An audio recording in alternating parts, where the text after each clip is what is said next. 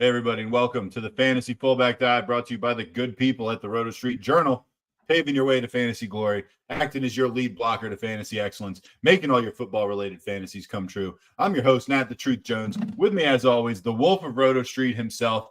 We got a little Thursday night football game brewing, and I just quite don't know what to make of it. I mean, I do, but I'm just kind of hoping I'm wrong because I'd love to see a semi-competitive game. We've got the Kansas City Chiefs playing in Kansas City, mind you, and they are welcoming to town the Denver Broncos, home of maybe the worst defense in the history of the NFL, and I say that without hyperbole, and you know how much I love hyperbole. This could really be quite a display. Wolf, thoughts on the game? How you doing? Give it to me. Yeah, I everything you just outlined, I think the Chiefs absolutely smashed tonight. I would love to get a shootout. I'd love to believe that it's going to be close. And historically, the Broncos have actually covered the spread in their last three meetings. They've kept it close. They've hit the over in all three of those contests as well. So if history suggested anything, we'd get a good game tonight. But I don't think history is going to account for the fact that this defense is just beyond abysmal. I think the Chiefs absolutely roll them, win by 20, maybe even more. I don't think we get a competitive game at all. I think we get some good fantasy goodness out of our Chiefs, at least. Maybe a Bronco or two gets us something in catch-up mode. We'll talk about a few players I think you could look at on the Broncos side of things. But yeah, Kansas City, they've won 15 straight outright 15 against Denver. Mahomes has never lost against this team. And lately, they've been covering the spread quite well. 3-1 in their last four games against the spread. So I think the Chiefs cover those 10.5 with ease. I think maybe we even do hit the over just because the Chiefs rack up 35 of their own, and we just need 12 from the Broncos. I think they are capable of that. I wouldn't be shocked to see a pick 6 from the Chiefs defense. I think this is going to be a smothering. What about you? Oh, the Chiefs and the points all day. I mean, yeah, and the over. I mean, you like the over? Cool. I'm not even really particularly hesitant on the over. I think that's, I'm not a professional sports gambler, but yeah, this thing's going to go over 47. I think so. We've been pretty good about our Thursday night predictions for not being professional sports gamblers. Like, we've texted each other at the end of every Thursday game and gotten at least half of it right all season. But we've had more of that other than not. We've gotten the pick and the over-under right too. So, hey, maybe we got to start tossing some money on these things. Interestingly enough, if you had just been listening to us on Thursday night football betting, you would actually be up pretty substantially on the year right now. So we both like the over. We both like the Chiefs giving up 10.5. We both don't think it's going to be a particularly close game, but we think there could be some points scored. We think there will be some points scored. So I'm going to watch it for fantasy purposes. I do have the Chiefs defense in this game, and I've also got so I would love to see a lot of field goals, but I'm worried they're just going to punch it in every time. Oh, yeah. No, I have the Chiefs defense as well. I don't think Butker's going to do much. I think touchdown on touchdown on touchdown. The guys I see having big games, I think Pacheco, 12-plus carries, 55-plus rush yards, and 4 straight rushing TDs in 3 consecutive games. I bet you he gets 2 tonight. They're giving up the most points, the Broncos are, to the running back position. We just saw 177 yards and a touchdown to Breece Hall. They've given up at least 82 rush yards to 5 different running backs in 4 weeks. So, yeah, it's pretty damn bad here for the Broncos. So, Pacheco, easy smash play, +2 ECR on him. Tonight, Mahomes, 686 touchdowns in his last 3 games in just 2 games, rather, last year against the Broncos. So he's already smashing this team, and this is the worst iteration of the Broncos. Obviously, you're going to love Mahomes tonight. And I think that actually ends up into more of a Hail Mary play here. I think Kadarius Toney ends up having himself one of those weird games where he breaks out for a long touchdown, does something sneaky and crazy with it. Pretty cheap on your DraftKings and probably won't be overly highly owned. So my bolder prediction of the night would be that he has a big game, Kadarius Toney. I also do think Jaleel McLaughlin, a lot of questions came in throughout the week on him. And I'm happy to put him back in the lineups. I know Javonte Williams, and we're talking about news for tonight. The first one is Kelsey's going to be in. We know that. He's just an automatic must start. We don't need to dive into that too much. But he just had his season high 22 points on just 20 routes. Was targeted on 11 of his 20 routes last time out against the Vikings. So smash spot for Kelsey, probably his biggest game coming of the season so far. So you got to love that. But also back to that backfield for the Broncos. Williams is going to be active, practiced in full. That is Javonte. But if I had to pick a Broncos back, it is Jaleel McLaughlin for me. He only played 33% of the snaps last week and still put up over 18 fantasy points. That's what we've been kind of seeing from the kid, is he is just a playmaker. You get the ball into his hands. And Sean Payton, even though the snap share hasn't been there, whenever he's in, McLaughlin's getting heavily used, 41% carry share last week, was mixing in with Javonte Williams even when healthy, and was the only one making plays. So I don't want to force a running back in here from the Broncos side, but I know it's bye weeks, and I do have McLaughlin as a fringe top 24 guy this week. I think he's an ultimate playmaker, and if you're desperate for him, let me know what your other options are. But like, for example, Miles Sanders versus Jaleel McLaughlin, give me McLaughlin all day. I'd actually rather have Jaleel McLaughlin than Ramondre Stevenson this week, because I don't want anything to do with the Patriots. As bad as the Broncos are, the Patriots offense is that much more abysmal. So yeah, I have no issue tossing in Jaleel McLaughlin if those are the other options I'm looking at. So let us know what your situation is. The last nugget on this game too is Greg Dulcich will be activated off the injured reserve. At least that was the early report today. We'll double check that before kickoff. Might not be a bad stash given the sake of this horrendous tight end position. So whether it's Dulcich, Marvin Mims, Rashee Rice, maybe if Kadarius Toney got dropped in your league, I think there's a lot of intriguing stashes ahead of the game. Not a ton of guys I'd love to toss in the lineups, but a lot of guys that are out there in 80% of leagues right now. Rashee Rice a little less than that, Mims a little less than that too. But all those guys make intriguing ads ahead of this game if you're looking for some bench space. All right. Love it. I'm actually going to check the game out probably while I'm producing this podcast and posting it. It'll be up later tonight if you want to listen to it. Obviously, the Thursday night football stuff won't be fresh anymore when you hear it, but there's a lot of other good stuff that we're going to be covering. Before we get into the news of the week, give us a thumbs up, give us a like. If you're watching on YouTube or Facebook, or if you want to, look at the replay, give us a like when you do that. I always enjoy seeing. We do get a lot of likes on these things. I really appreciate it. It means the world. Given to us. I like to say. My world is your likes. You fuel my everyday existence, guys. But no, in all seriousness, it really does help us out. You guys have grown the channel by 100. We're really starting to go up there, and we'd love to hit 5K by the end of the season. I know it's ambitious, but at the current pace right now, I love where we're headed. So you guys are awesome. You continue to show out for us. Share it with your friends that you're not facing. Help us continue to grow Wolfpack. It really, really does. We rely on you guys to continue to beat this thing up. So thank you so much for being here.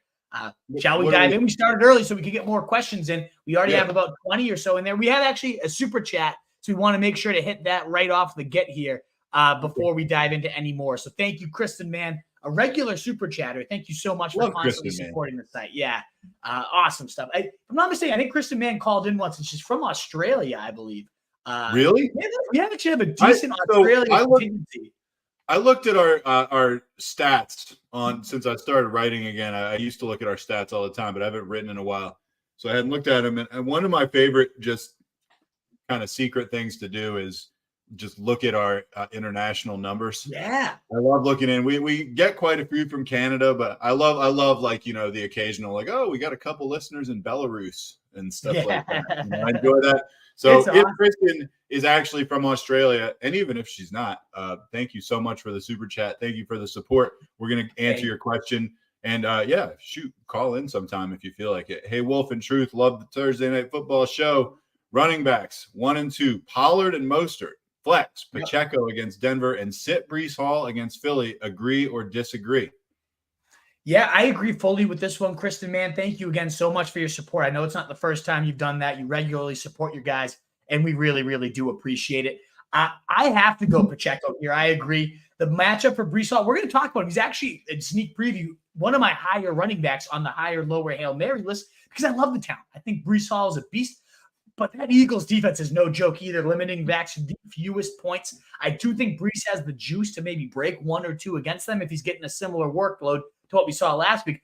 But that's not nearly enough for me to consider benching Pacheco, a top 10 running back for me in my rankings. We've already talked about it at the beginning of the show, but the Broncos are the worst defense. So you're looking at, for Breece Hall, the worst possible matchup, and for Pacheco, the best possible matchup. Obviously, the talent gap is with Breece Hall, but man, the matchup here is so much more juicy for Pacheco. Similar workloads coming here. And he's just been on such a hot streak. Like we said, 55-plus rushing yards, a TD in 3 straight games, at least 12 carries. He's been over 58% of the snaps, 76% of the carries. We're starting to get away from that annoying Clyde Edwards-Helaire usage. And he's been really involved too as a pass catcher, 19% route share. I shouldn't say really involved, but more than we used to come to expect because McKinnon had typically monopolized that workload. So all that to say is Pacheco's in a beautiful spot. I think he gets 2 touchdowns tonight. I think he is an absolute smash play. I don't bench Pollard or Mostert for him. Those guys are top 6 running back plays, but you don't have to because you can be your flex for you tonight. So yeah, I absolutely go Pacheco over Breece Hall. What about you, Truth? I agree with this completely. I will say I'm an owner of both Pollard and Mostert, and obviously you hate to see anybody get hurt like Achane did, but man, I mean we saw what we saw. But right, however, but I mean we saw what Mostert can do in the featured role. I mean even with the insane stuff that Achane was doing last week, I mean Mostert ran 10 times for 65 yards. He's running at a 6.5 yard a carry clip, and he scored. It's not like he's trash. So yeah, you got to start him. I've been a little underwhelmed by Pollard, I have to admit, but I'm of course rolling him out there. So I agree with that completely. Yeah, Pollard like the second highest expected fantasy points. He's due for a huge breakout. That'd be awesome. He actually makes an intriguing buy low if people are a little nervous or fed up. I know the efficiency that we've come to expect from him hasn't been there. Maybe it won't be in this just kind of gross Mike McCarthy attack here.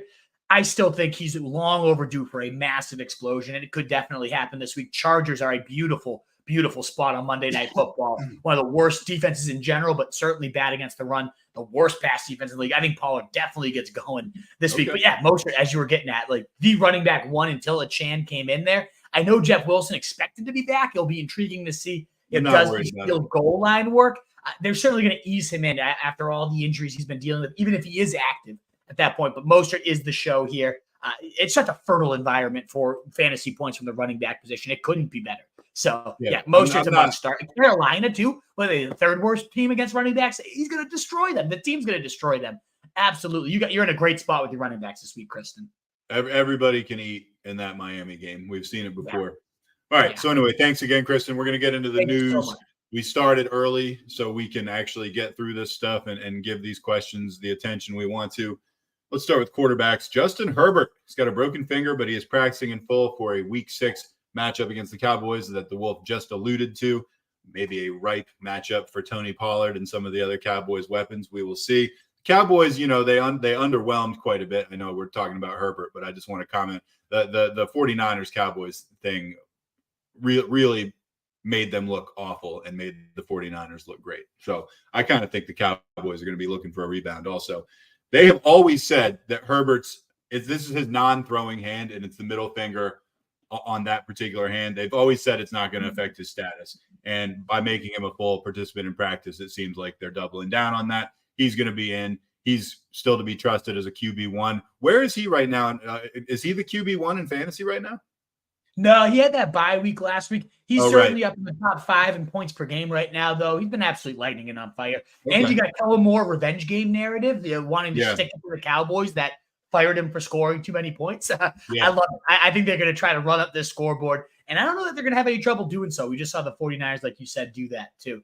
Deshaun Watson not practicing on Thursday. One of the biggest busts. We were all over not drafting Deshaun Watson, wanted nothing to do with him. This is even worse than I expected. He is cleared by the team doctors. He has no apparent damage in his throwing shoulder, no structural damage, and he's just choosing to sit out. He is not playing and deciding to rest himself. What an absolute disaster. If you're a Cleveland fan, if you're a Browns teammate, how could you ever want to play or root for this guy? It's sickening. I never liked him since, just horrendous. I hope they wash their hands of him somehow because I do respect the Browns as a franchise. Just like in terms of they deserve so much better than this. They've been through so much pain. And this is just like maybe the worst, the darkest hours here. Deshaun Watson, just sickening. Doesn't that remind you of like James Harden? It's an apt comparison, yeah, honestly. Who I cannot stand. I mean, yeah. Right. Absolutely. All right, anyway, yeah, we digress. Yeah, that's ridiculous. PJ Walker expected to be the fill-in, by the way, and he's gone and done okay. XFL legend.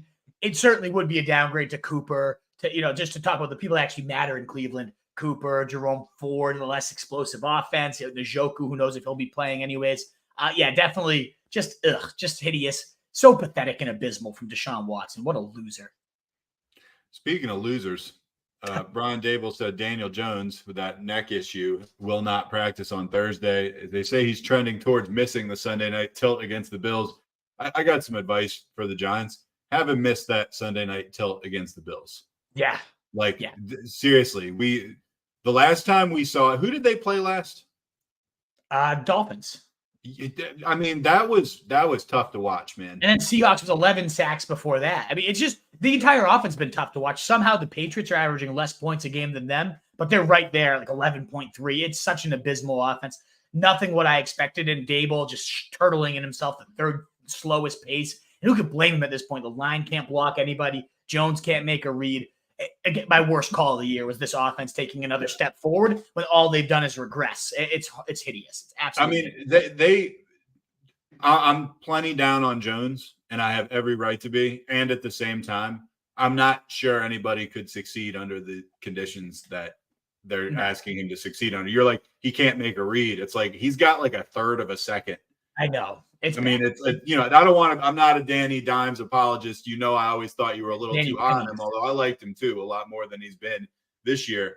That guy is not set up for success at all. So I still don't know if he sucks or not. Yeah, I know he didn't suck last year. I wish they had more hope for him. But yeah, Tyrod Taylor revenge game. Yay. He's just going to get swallowed. Moving on to the running back position, I'm thrilled that these two guys at the top of the list are back because they're on my fantasy. At least the first one will be back.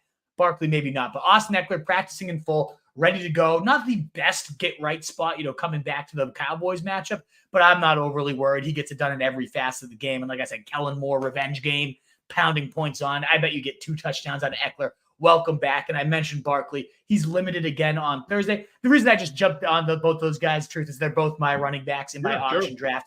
And I want them back so bad. I've been able to stay afloat because of Kyron Williams, Puka Nacua. But man, when I get this injection, I cannot wait for these two horses to come back. A little bit more worried for Barkley, though. He's still only practicing in limited fashion. Tyrod Taylor's probably going to be his quarterback if he plays. Maybe there's a snap count there. So Barkley not quite the smash play he normally is, but Austin Eckler, right back to your top 3 running backs every single week. Cannot wait to welcome him back to the field.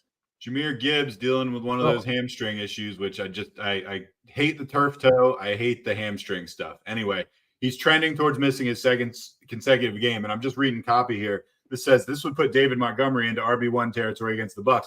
I would argue that David Montgomery is well established as an RB1 anyway. Wouldn't you? Yeah. Oh, yeah. He's been in RB1 every single time he's been out there.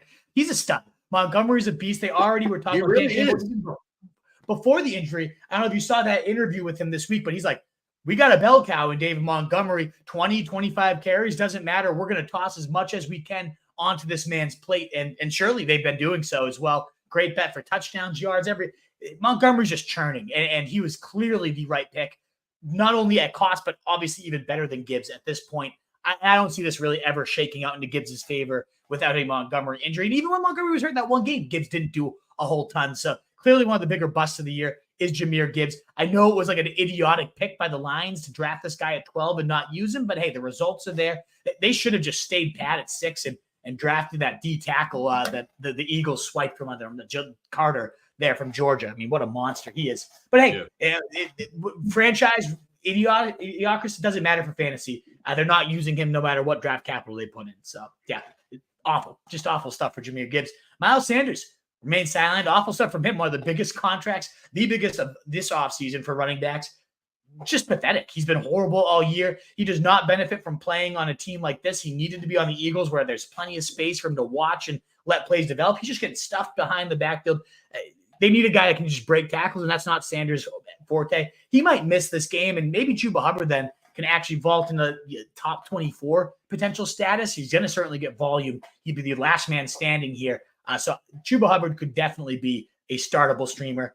This was a downgrade for Sanders as well. So maybe they're going to finally rest him with that groin issue. It's ugly either way.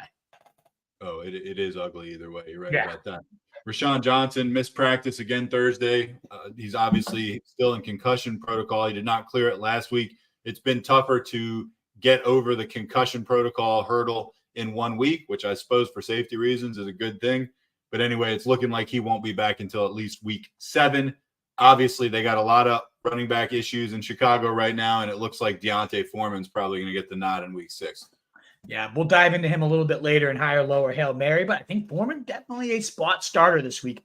Should you need one? Maybe Keontae Ingram could be one. Another guy we'll dive into a little bit more later. He's limited in practice, but wanted to put him on here because he's been listed as the starter on the team's latest depth chart. We see DeMarcado, who I talked about in the waiver wire show, and I still think is probably the guy to own in this backfield. He's up to 66% rostered. Ingram's sitting there at 14%, and he was the de facto starter entering the year. He got hurt. Maybe he just comes right in and reclaims that role. DeMarcado's been impressive, but either way, at only 14% roster, if you're looking to clear some bench trash, you want to stash and see what happens, it makes DeMarcado a little bit riskier and gives Ingram a more justification to be on rosters. If he does jack crap and DeMarcado dominates the snap shares, he probably deserves to, then you cut him next week. But I think Ingram should be more roster than he is right now. I want to toss his name on the list. All right, Eli Mitchell returned to practice on Thursday. He has not played since suffering a knee injury in practice before Week 4's game against the Cardinals. They refer to him as the oft-injured running back here. I think that's an apt description. Eli Mitchell, we've always loved him when he's gotten the playing time. We love how he runs. He's an extremely tough runner, but yeah, he's hurt all the time. It does look like if he closes the week well, he could be in the game, but I'm not rolling him out in any of my lineups or anything like that. Oh, no. This is more so what's the handcuff situation for Christian McCaffrey. Honestly, Jordan Mason looked phenomenal last week, and I wouldn't be shocked if he took this job from Mitchell since they can't rely on Mitchell to ever stay healthy, but it does make Mason as a stash a little bit riskier. We'll see who's the next man up this week because it does look like Mitchell will be back, and if Mason has that clear number 2 role, he'll be one of the bigger pickups for next week as well. Maybe a preemptive stash ahead of time if you have the space. And then Frank Smith from the Dolphins, offensive coordinator, saying yes when asked whether or not Jeff Wilson appears ready to play. It seems like they've been taking it along with him nice and slow, and he should be back out there. Don't forget, I talked about this on the waiver wire show. 16 and 20 fantasy points in his first 2 games with the Dolphins. Took the role over from Raheem Mostert. Now, I don't think that happens right from the get here, but there's a ton of upside to Jeff Wilson. So if you had him stashed in your IR or you bid big this week to go get him, and somehow if he's still lingering there, just go and double check because Jeff Wilson, I think, has some real long-term upside with or without a Raheem Mostert injury, which has been commonplace. Now that we know Devin Achane is on the IR, though, Wilson is going to probably be relied on as that number 2 back, and we've seen he was great last year in this environment, and it's even better, even more explosive, even better blocking this year. So Jeff Wilson, you don't need me to confess my love for the guy. I've always been a Jeff Wilson guy.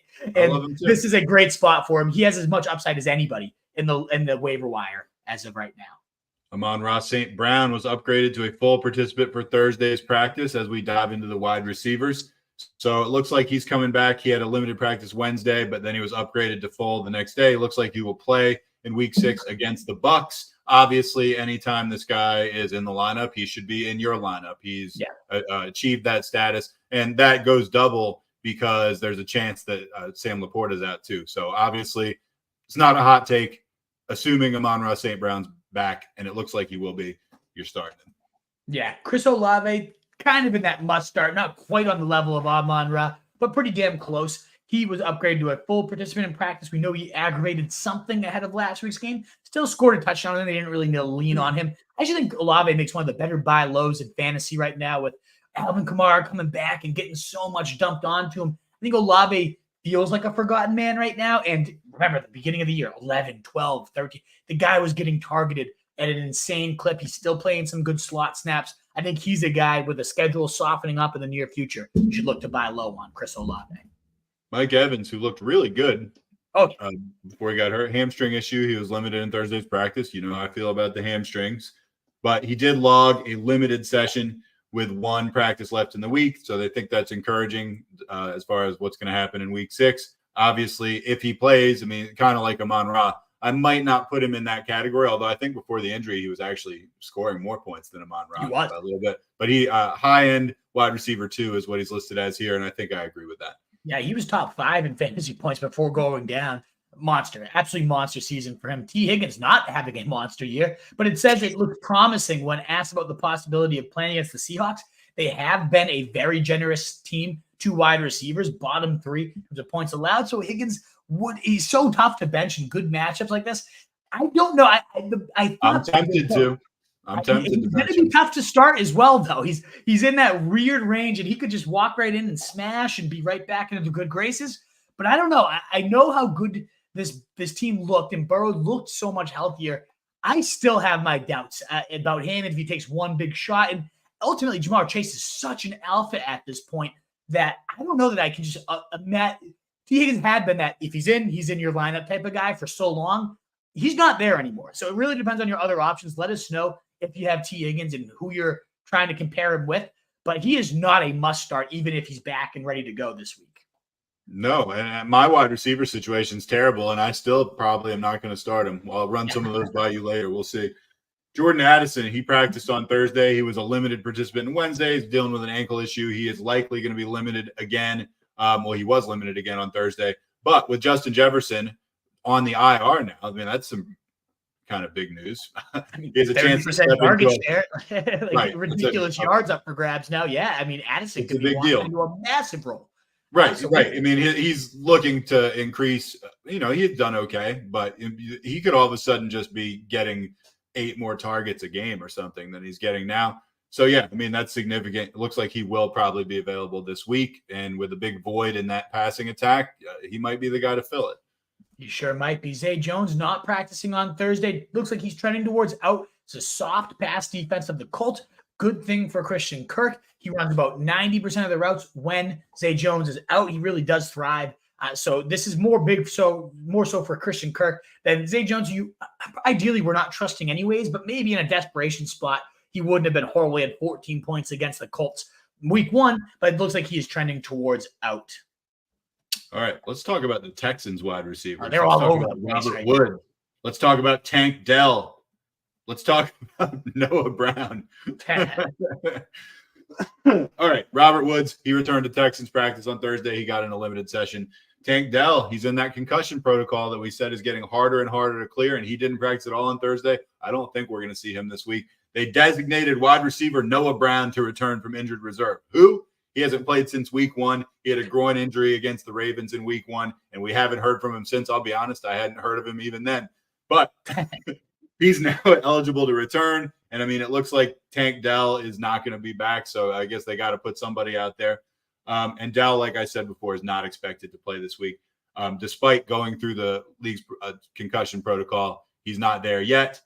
And then Robert Woods, he picked up that rib injury in week 5, and he's looking pretty good as far as playing as well, but, limited as of right now. Yeah, a couple other receivers that you don't really care about. Odell Beckham upgrade to a full participant, whatever. Treylon Burks did not travel, so he will not be going. That does boost up DeAndre Hopkins, who's being a true 35% target share type of guy with no Burks out there. At least he gets a nice boost up for that matchup against the Ravens, but doesn't really matter otherwise there. All right. Did you do? I'm sorry, I was texting with Campanelli. Did you just do Odell and Burks or just Odell? I did them both, so we're on tight ends, baby. All right, thank you. Sorry, I was distracted. Sam Laporta, we're talking tight ends. He was a DNP on Thursday after being added to the Lions' Week 6 injury reports against the Bucs. Having the DNP slapped on him isn't great. I certainly agree with that. That is a bad sign for a guy who's been a pretty awesome tight end this year, honestly. Yeah, one of the best in the leagues, top 3 in fantasy points scored so far, one of the true difference makers in fantasy so far. Would hate to see him miss this game. He's been such an exciting rookie. I bet you he guts it out and plays. Me and CJ were laughing about it, truth. He looks like the type of guy that he's 40 years old. You'd find him at the local dive bar. He'd pound a Miller Lite with you, missing a tooth or something. His picture just he does not look like this athletic, freakish rookie that he actually is. That's what makes him even more fun to root for. I don't know why, but I love that he's so silky smooth out there. And you look at his headshot and it's this guy could be a Gloucester fisherman ripping off crabs off the boat, going, you know what I mean? It's just it's awesome. I absolutely love it. We commented on this before. We've said this a bunch of times. There's a tight end look, kind of. And I mean, I get he doesn't look like the big athlete, but I mean, look at George Kittle. I look like he just woke up on a park bench or something. Anyway, let's talk higher, lower, Hail Mary. But before we do, give us a like. We got over 30 people in here right now. We got quite a few questions, so please give us a like. Mailbag rolling. Yeah, over 30 of you here. The thumbs up. We'll be through this. So we did start early tonight because we had noticed I had to rush through mailbags. We want to get you guys those good answers that you come here for. So we started about 15 minutes earlier tonight to make sure we had time. We're kind of breezing through this agenda. I love the pace we're keeping. So get those questions on in. Hang tight. We'll be with you in about, I'd say, 20 minutes at most 25. We'll be hammering the rest of your questions for probably a good almost hour to just handle all your questions. So get those on in. And if you do hit that thumbs up, it really does we greatly appreciate it. And if you throw a super chat, we'll let you cut the line, especially if you have something you need to get in for tonight. Toss us that super chat like Kristen did again. Thank you so much, Kristen. But we should have plenty of time for all your questions, even if you can't support us in that way. Nice free way is that thumbs up. Yep. All right, let's go higher. Brock Purdy at the Browns. You like him as QB 10. That's 8 spots higher than the experts. I'm really surprised that they're that low on him. Yeah. 10 seems about right. I mean, you think at this point, depending on who you have, this guy seems like a starter. He really does. I mean, he's impressed me time and time again. The guy doesn't make too many mistakes. Doesn't make any mistakes, and he's been ranked consistently as a QB2, and it just doesn't make sense. I think a lot of people, game manager, 49er system, Jimmy Garoppolo never was a monster quarterback. Purdy's gone 20, 21, and 26 points in his last 3 games, and sure, I get Cleveland. They've given up the fewest pass yards in the league. It's a bottom 3 matchup. They faced Kenny Pickett, Ryan Tannehill, week 1 Burrow, who was limping on one leg. The only decent quarterback they faced all year was Lamar Jackson, and he put up 28 points against them. I know Purdy and Lamar, much different athletes and different styles of play. I don't think the 49ers are going to have a single problem moving the ball and shoving it down any single team's throat. We just saw them do it to the Cowboys, who are supposedly a worse matchup entering the week than that. And he put up his season-high 26 points against them. He's better in these tough matchups. My only worry is that they smash this team so much that Purdy doesn't have to do anything. But like you said, mistake-free. He hasn't thrown a single interception as a starter. He's thrown multiple TDs in 9 of his 10 starts. He is just an absolute monster, leading the league in passer rating, 123. This D-line is a little bit scary, so I could see them taking, actually, under Kyle Shanahan, more of a quick hit. Let's move the ball, make the pass an extension of the run game, and let's let Purdy do his thing. I hate the hate that Purdy gets. I love the kid. I think he has just such swag for the last pick overall, and I will consistently put him up here as a bona fide QB1 until he's finally getting that respect and ranked by everybody that way. He's a dominant player. I love Purdy, and he's a dominant offense. We've seen him play one bad game in his career, and that was a game where he literally could not physically throw the football. He didn't have an elbow. I could have probably done about as well as quarterback as him that game. I mean, at least I had a functional arm. He didn't. That's the only time he ever hasn't looked good. And that was against a really good team, too. It was like the conference championship game, I think. Yeah. Anyway, I'm a believer. Lower. Guy I'm not really a believer on, Dak Prescott at the Chargers. We even talked about the Cowboys bouncing back in this one. You got him at QB 16. That's 3 spots lower than the experts. Not a big discrepancy, but I got to say, as a Prescott owner, I drafted him and Tua in my auction. I got them each for like $1. And going into week 1, I was like, which one do I start? And went with Tua, and obviously have never looked back. But man, Prescott's looked like shit. I was going to say, you probably haven't been asking that question since week 1. I've not even thought about it one time. Is Prescott even on your team anymore? He's certainly he is, but I'm gonna probably drop him if I see someone worth getting, because there's guys on waivers who are just as good. Yeah, and you don't even need a backup QB when you have Tua at this point. But Prescott, this should be where he thrives. Best matchup possible for quarterbacks. Chargers giving up an NFL worst 329 passing yards per game. 3 different quarterbacks this year have gone 21-plus points against them in only 4 contests so far. So, 75% massive hit rate here. But I'm looking at Prescott. Passer rating of 78 or worse in 3 of his 5 starts. Career worst 6.6 yards per attempt under McCarthy. He's really reined this offense. We talked about Prescott on our bus show with Mo, and I highlighted that. I think McCarthy's going to really stall this offense out, that they're going to want to run the ball more with Schottenheimer, not take as many deep shots as they had been with Kellen Moore. And now he's been below 16 fantasy points and failed to throw multiple scores in 4 of his 5 starts. And he's ranked higher than Brock Purdy, who's thrown for multiple scores in every single start of his career, except 1. We've only had 1 good game from Dak Prescott this year. He had 20 points. He's actually only the quarterback 17 that week. 29 quarterback, 17, 18, 19, and 25. He has not done anything this year, yet he's being ranked as the quarterback 13. That'd be 6 spots above anything he's done this year. Maybe the matchup is that good, and we just have to start anybody against the Chargers. I'm going to wait until I see it, Mo, with Prescott. I will not put him in my lineup, and he's ranked as a fringe number 1 QB, and I don't trust him at all. I just think he's not that good anymore. I really just don't believe it. liking him over Purdy. I know you just said this, but it's just that it doesn't make sense on any metric at all. No. Hail Mary. I love the Gardner Minshew revenge element at Jacksonville. He's only 6% rostered. You don't have to sell me on this one, but riff on it for a minute because revenge game, as you alluded to at the top. I love a good revenge game, and who's more just like rubbing the mustache, that evil villain kind of look. I love Minshew. I think this is a beautiful spot as well because they are one of the bigger run funnels in the league. Jacksonville is great run defense, stuffing teams at the line, but allowing right now the 10th highest yards per attempt, 5th most passing yards per game, 9th most fantasy points per 2 quarterbacks right now. And Minshew, he's come in. They've actually just kept this offense almost actually at a faster pace. They rank first in neutral pace already, Indianapolis does.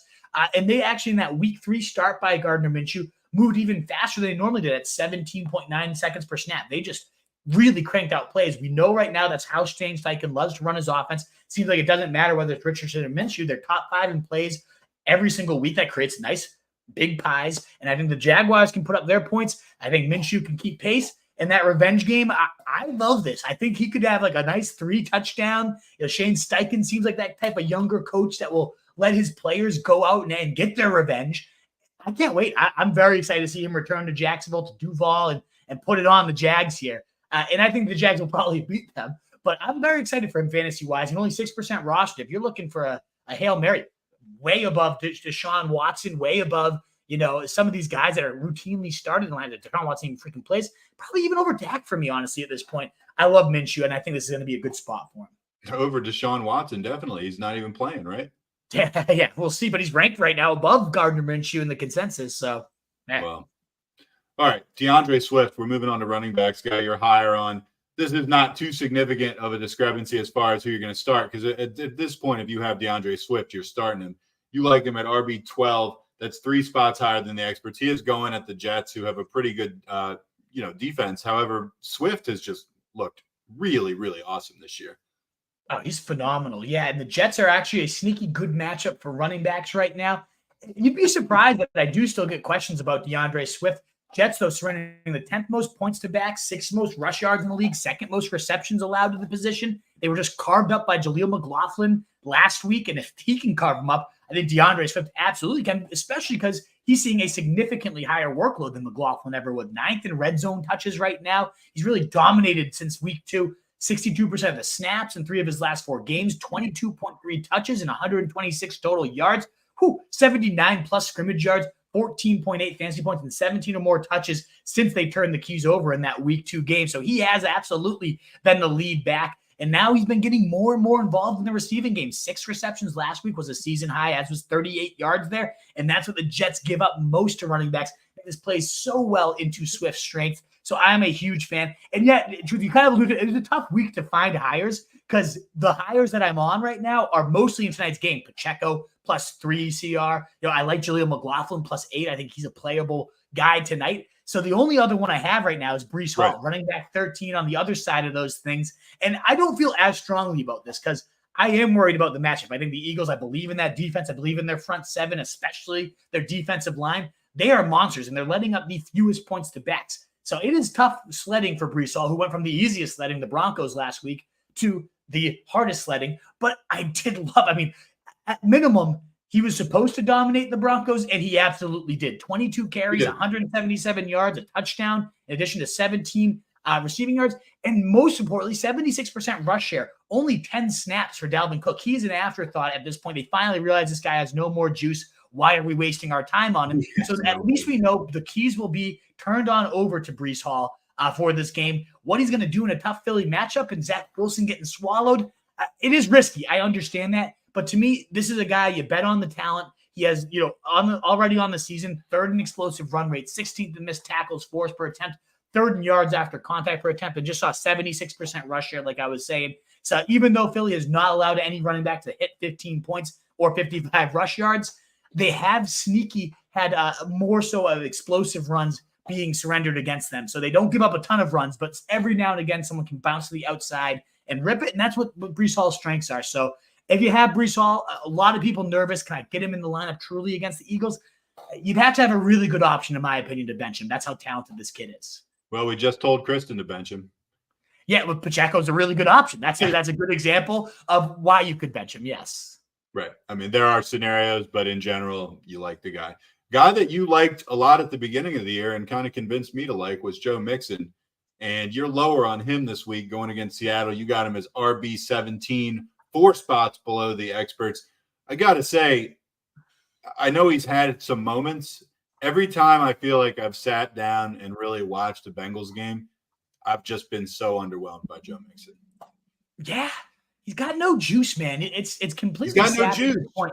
And it was a bet on the roll, and then the roll has just kind of crumbled because Joe Burrow's not healthy and the offense hasn't looked good. Now, Burrow did look better. This offense is getting their legs under him. I do think Mixon could be an okay buy low at this point, but even still, without any juice, I don't know. 46 in explosive run rate out of 63 backs, 43 in missed tackles forced, 40th in yards after contact. There's just nothing really there, even though he's still seen 75% of the snaps in 4 of his 5 games. Top 10 in weighted opportunities, expected fantasy points. It's all there. The role is 100% there. It's why we bought on it. He just has not had any type of anything around him to help him out. And he himself is not doing himself any favors because he just hasn't played all that well. So if you have Mixon, you'll get running back 17. He's probably going to be in your lineup.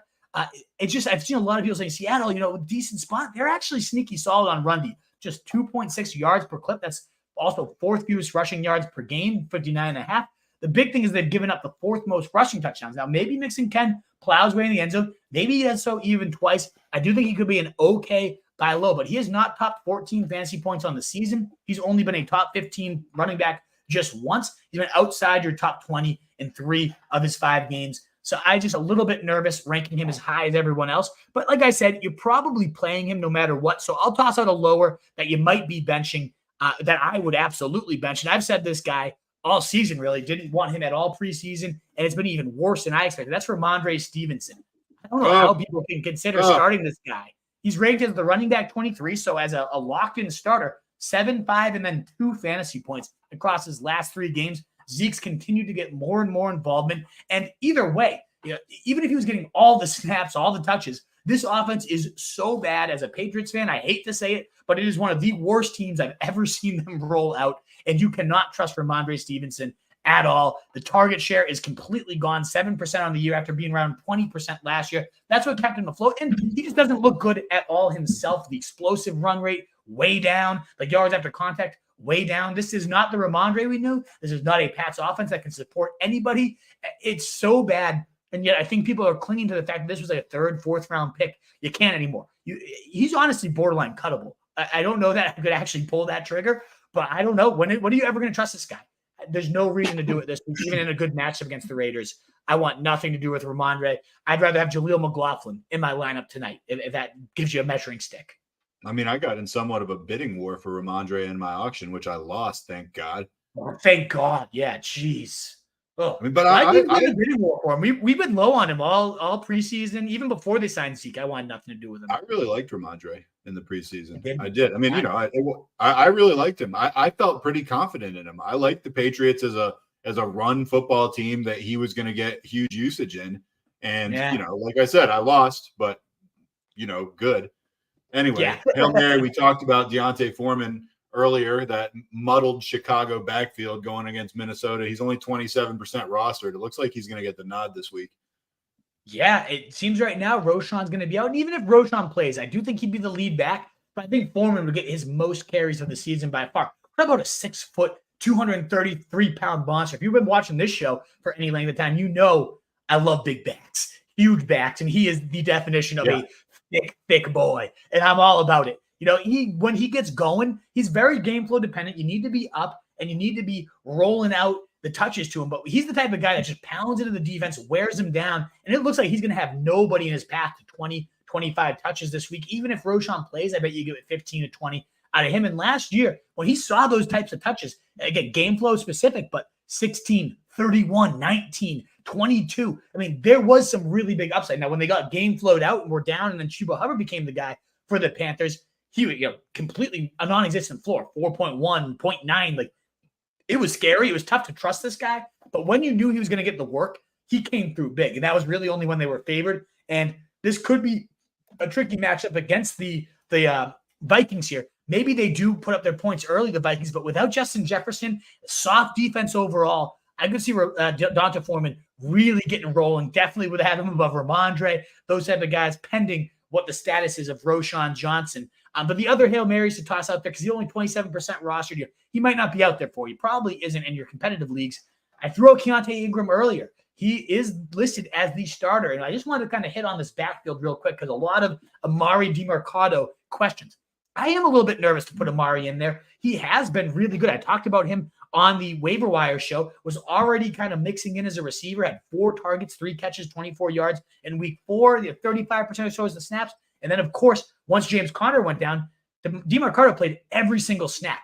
And I do think he's earned that right to be the starter. 10 carries, 45 yards, a touchdown, another 12 yards through the air. Looking just nice and efficient. Whenever he's gotten used, he's the backup to Kendre Miller at TCU. But, man, that one start sticks in my brain as a big Blue fan. He faced them 150 yards on 17 carries and a touchdown in the biggest game of his career. The man stepped up. He's thick. He's short, but he's got like that. He's this taller MJD in a way. He just kind of churns and spins.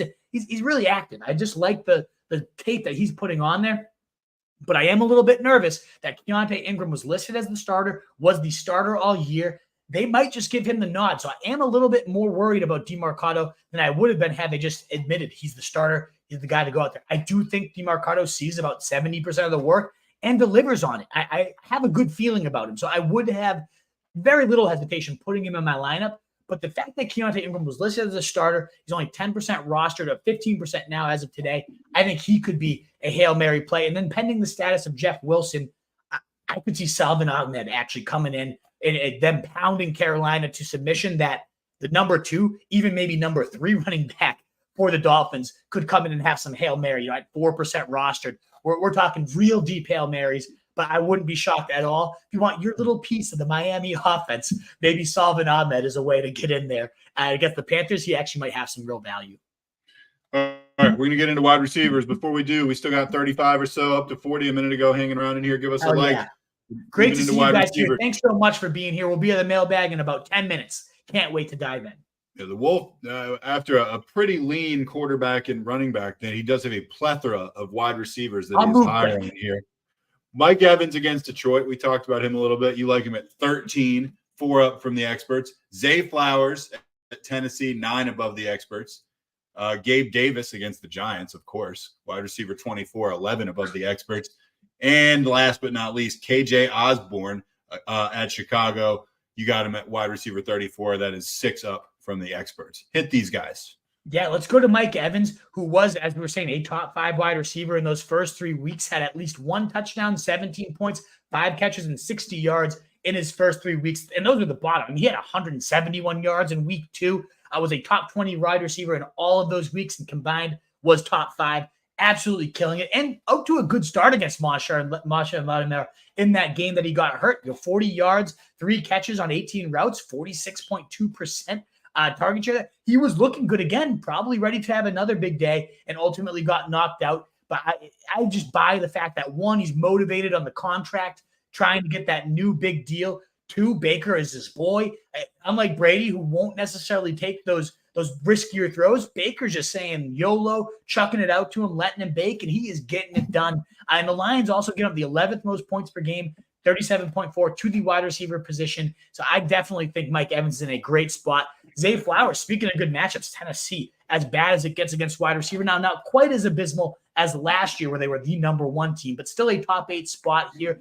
And what I really am intrigued by Zay Flowers is that improved usage that we're seeing. He's had a dominant target share throughout the entire season, 28% right now on the year. But what I am noticing is where it was at 2.6 average depth of target in week 1, we've seen that start to climb to 13.25 in week 4, 16.7 in week 5 last week. He's finally running those deep crossers, those NFL routes. He's not just being used as this gadget player, but he's still maintaining that elite target share. So I think all those worlds will meet perfectly. Zay Flowers could absolutely run the entire route tree from every position all over the field at BC. He has shown all the juice. He just hasn't found the end zone quite yet. What a time to do it against the abysmal Tennessee Titans. So I think he's in a great spot to finally find that with the 27%, 30% first read share. I mean, he is a schemed up guy that they really want to go into. So Zay Flowers 100% has to be in your lineups this week, as is Gabe Davis. How is this man ranked as the wide receiver 35 right now? I don't know. That's odd. It makes literally zero sense to me. 11 spots over the ECR. I have him as a top 24 guy. He's a high-end wide receiver too and should not be treated as anything less than that. 21, 10, 15, 22 fantasy points across his last 4. He had a dud week 1, and ever since then has been dominant. He's actually healthy this year. I know so many people, if he was doing this last year, we'd all be doing victory laps and celebrating it. But for whatever reason, no one wants to talk about how damn good Gabriel Davis has been. And he's coming off a season high 6 catches, 100 yards and a touchdown, 8 targets, show that he can actually be not just this deep bomb guy that we're relying on for 1 to 2 splash plays. No, 8 targets, 6 catches. That's beautiful. Love to see it. 1.77 yards per route run, 17% target share on his 44 routes against man coverage. And nobody runs man coverage more than the Giants right now, who are also giving up the 5th most receiving touchdowns per game to the wide receiver position. 1.2 touchdowns to wide receivers right now. And what does Gabe Davis do as well as anyone in the league that score touchdowns? So with Adoree Jackson shadowing Diggs, and Diggs I'm not worried about. Adoree Jackson, he should be getting roasted by Diggs all day. But that's just another reason why Davis could end up approaching another 8 to 10 targets and just lighting up this Giant team when he's been top 20 in his last 3 or 4. Wide receiver 5, I just don't get it. And then you alluded to KJ Osborne, 6 spots above the ECR, somehow ranked outside the top 36 wide receivers right now. I actually feel like I'm a little too low on this guy, given that he's had 14 points or more in 10 of his 12 games where he's seen at least 6 targets.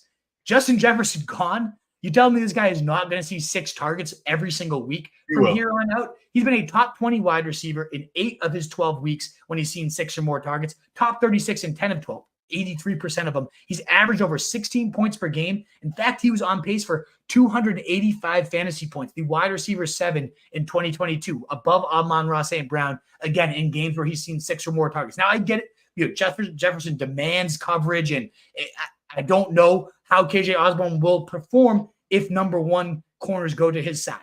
I don't think that's going to happen. I think those are going to go to Addison. Osborne will still get the weaker coverage, and he's going to be leaned upon because Kirk Cousins, we've seen it before. And people act like this guy has no ceiling. 31 points in a week last year, was a league winner in that week as the wide receiver too. And like I said, not only has he had 14 or more, he's been top 20 wide receiver in 75% of his games with 6 or more targets. So wide receiver 34, one, I'm already feeling a little bit low on him given his historical production with it. But I mean, the fact that I'm also 7 spots above the ECR, 6 spots above the ECR, people are way too underselling this guy's upside. All right, let's talk lower. Javonte Smith, actually, a little lower on. He's at the Jets. You like him at 22. The experts like him at 18. Javonte Smith, a real talent. Why are you down on him? It's really because, and we saw this happen with Cincinnati in the rookie year of Jamar Chase, 1A, 1B situation with him and T. Higgins. And then eventually, the second year with the team just became the Jamar Chase show. That's what's happened with A.J. Brown. Ever since he became that squeaky wheel, he's up to a 30% target share, 50% air yard share. Just insane how much domination we're seeing out of A.J. Brown right now. And unfortunately, it's come at the expense of Devonta Smith, a great talent, like you're saying. I love the Slim Reaper. I think he is such a smooth route runner. The way he can leave people in the dust with his cuts. I'm a huge fan of the player. A.J. Brown is just that damn good right now. And the matchup against the Jets is one of the worst you can possibly ask for. So in that ascension from A.J. Brown, that's led Smith to being now down to 19.6% target share, just 28% of the air yard share. And the Jets are only giving up 9.9 yards per reception here, the second fewest fantasy point per game to the position right now. And it does look like if you're looking at where the shadow corner will be, Sauce Gardner plays more on the side that Devonta Smith plays more of his snaps out of as well. So it does look like, even though they don't play shadows, both those corners are great there for the Jets, but Sauce even better than their number 2 corner there. And Smith is looking like he's more in line to see him. So I just think for the get right type of spots, I don't know that the Jets are going to be that for him, especially with the way A.J. Brown is showing out right now. Chris Godwin going against the Lions. You like him all the way down at 29, 5 lower than the experts. And I have to assume this is based on the fact that it looks like Evans is going to be back in the lineup. Yeah, exactly. Because Godwin did have a good outing his last game out. That was with Evans. He was the wide receiver 9. Yeah. Wide receiver 9, 15 points. He did look good. 8 catches, 114 yards, 11 targets. It was the Godwin we know and love, and that Tom Brady certainly knew and loved. But with Baker Mayfield and Evans out there, 8 and 7 fantasy points, and that's okay. But he didn't have a top 44 week in any of those 3 games. It's not a terrible spot, as we said. We like this spot for Evans. We should like it for Godwin too. But to me, I just think Evans is Baker's guy. It's as high percentage as Chris Godwin can be, and he just doesn't bring the juice that Evans brings here. So with Evans back out there, maybe Godwin earned his trust with Baker Mayfield, and that rapport will continue to grow, and he builds off that 15. I love Godwin, the player. I've always been a Godwin guy, so I hope that's what happens. But just the eyeball test, if Evans show this year, they want to pepper him. Baker's going out and just giving Evans all those jump ball spots, and he's balling out for that new contract. So this is more so less about not liking Godwin. I love the player. He looked healthy too, better than he looked all last week. It's just the fact that he was not a top 44 wide receiver for a single week where Evans was on the field for all the snaps. Makes me a little nervous to have him ranked as a clear-cut top 30 wide receiver this week. Hail Mary, you got these specifically labeled as floor plays, so I'm assuming we're talking about extremely non-sexy gentlemen. I mean, you see the names. What I do, and I'm flaccid over here. Curtis Samuel, 32% at the Falcons. Robert Woods, so unsexy, 17%. And then at the bottom, you got DJ Chark. I don't know if he falls into the same category or not. He's 13% owned, and they are playing at Miami this week. Yeah, he was the one that was supposed to make it move for you, and it didn't sound like he made much move downstairs for you. No, I was unclear which category he was in. I couldn't do more for you here, Truth. No, there's really not a lot of good Hail Marys that I'm into this week. But Curtis Samuel, back-to-back 18 fantasy points day, seems to be really thriving with Sam Howell, who's going for the higher percentage middle of the field, to the much chagrin of Terry McLaurin and Jahan Dotson owners. Those guys are criminally being underutilized right now, but if you have Curtis Samuel, you don't care. You absolutely fire him up against an Atlanta team that has been a bit more vulnerable over the middle of the field with Terrell locking down the outside. Meanwhile, Robert Woods, it is unsexy as it gets. 5, 4, and 5 fantasy points. Why would you ever recommend him over here? Well, 10, 9, 6, 6, and 9 targets. If you're getting this ugly and into the weeds, that's a good target share. That's really tough to ignore, particularly at 25% last week. Particularly tough to ignore when you have Tank Dell now likely out with that concussion. Now, if Tank Dell plays, I want nothing to do with Robert Woods. But if he is out, I do think we get more so in those early couple of weeks of the season. 10 and 9 targets for Robert Woods, 9 and 10 points. And I said 9 and 10 points as if I'm really excited about it. I get it. But he was the wide receiver 37, wide receiver 42, outperforming Chris Godwin, who I was just talking about in those first 2 weeks. I think if Tank Dell's out, you'll get something similar, 9, 10 points. And if you're taking just a complete dart throw, you can do worse than 9 or 10 points that Robert Woods will probably get you. But if you want a sexier Hail Mary, that probably still won't make it move for you. DJ Chark, 13% rostered. He has had 2 top 20 wide receiver weeks across his last 3 games. The dud was 4 points. So that's the risk is if he doesn't hit, it's going to be real bad for you. Whereas the other 2 guys probably aren't going to kill you. DJ Chark could kill you, but he could also make your week. 17 points. 12 points in his last 2 good outings there. And again, 2 touchdowns across those. And we know what the game script's going to call for in Miami. Throwing from behind. So yeah, I really, really like DJ Chark as a desperation deep ball potential sling here this week. All right. I think we might actually forego tradition and just skip the tight ends. That was something we had talked about in the pregame because why even talk about them? Is that right? Is that what we're doing? Honestly, I really think we can. If I want to just highlight a couple plays I enjoy, Evan Ingram has seen 8. So, and again, I'm not really high or lower Hail Mary on any of these guys because the position really is like 3 guys that matter, and then you're throwing darts. But I do think Ingram in particular could be due for a blow-up game. He's had 8 targets in 3 straight weeks here. Actually, 4 straight weeks. My God. And he just hasn't really blown up with that volume quite yet. 7, 9, 7, 10, and 21 tight end finishes these last few weeks. We've seen him do it before, though. And with this type of role against a very bad secondary, I think Evan Ingram, you're probably starting him either way, though, if you had him. So I would also like to shout out Cole Kmet, who is a guy I get a lot of questions about. He's had 24 and 13 points in his last 2. Justin Fields throwing 4 touchdowns in back-to-back games, one of the very few quarterbacks to ever do that in NFL history. he's looking like this offense is back on track. Minnesota, a really, really bad secondary. And I guess this is the one moment that I can actually say I'm higher on Kyle Pitts this week. I know. Famous last words, but 11 targets last week. The thing is with him, with Drake London, this is a Washington team that's given up more big plays in the passing game than any defense in the league right now.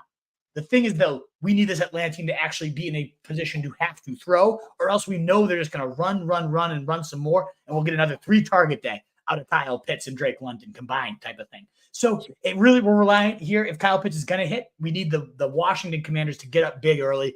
And I don't know that I have a ton of faith in that, but I do have Kyle Pitts one spot above the ECR. It's the only time I've been above the ECR on him all year. I just wanted to shout it out there because I wanted to watch you grimace as I did it. And you didn't do a bad job disappointing me with your grimace there. Let me just add, what's your predicted stat line for Kyle Pitts this week? 5 targets, 4 catches, 55 yards. Not great, but I think he's going to do more. They seem to have something there. I would hammer the under on that prediction, but we'll see. And the last, so I'll toss out one Hail Mary for you guys. That's Tyler Conklin, Philadelphia, bottom 3 team against defending the tight end. He's seen 6 and 5 targets in his last 3 games. That's not nothing at the tight end position. It honestly isn't. He's been a top 15 tight end in 3 of his last 4 games. And again, we're talking about Hail Marys here. He's out there in every single league, ranked as the tight end 21, despite outperforming that nearly every single week. He's seeing good volume. He's got the matchup in his favor. He's got the route share in his favor. I could see him finding the end zone and impressing you. So if you're desperate for a tight end dart throw, I think Tyler Conklin is the guy to go after. I feel like at this point, if you're even in a position to roll out Kyle Pitts, you've done something wrong. Like this guy shouldn't be on your team. You shouldn't be like, oh, he gets, because at this point, even if he has like a 9 or 10 point fantasy game, it's, what's that? I mean, it's still, you've just lost so much already. Like you're not going to get your investment back on this guy. Yeah. Run like the wind. Anyway, that's my Pitts rant for the week. Shall we dive in? For at least for Thursday. I say it's my Pitts rant for the week, but we're probably going to record Sunday, and I'm sure I'll have something to say on Sunday. Yeah, exactly. All righty. Well, we started early so we could get to the mailbag early. I think we did a pretty solid job of that. Let's get to our first call. We got 32 minutes to go before kickoff. So with that said, let's bring Campanelli in because there have been a couple shows recently we haven't gotten to him. Although I want to point out to the viewing and listening public, the guy has been around. He's been around. Like it's not like he hasn't been in the studio. I'm always around. I'm like what is it? Herpes? Yeah, exactly the comparison I was. Roto Street Herpes has called in yet again. He's popped up when you least expect him. Hello, Mr. Herpes. How are you? So, Wolf, worst recommendation you've made in your career, A-Rob or Daniel Jones? I'm gonna call back and just listen. Back to back years of just horrendous. So do you have a question tonight, or you just want to hear me just cry? No, I just want to hear you lambast my quarterback for a little while. What about there's been a couple bad ones that I don't know. Would you put Clyde Edwards-Helaire in that category? Yeah. So thank you, Campanelli, for wanting to know my worst predictions. We'll do this real quick because we do have a good amount of questions that we want to get to. I'd say Helaire is definitely the worst prediction we made just because of how impactful it was. Putting him in our top 5 backs, having him finish outside the top 30 that year, and the opportunity cost was brutal. Allen Robinson last year, I think, was a worse recommendation than Daniel Jones because of that opportunity cost factor. He was a 3rd, 4th round pick. There was still supreme talent. Daniel Jones, obviously horrendous.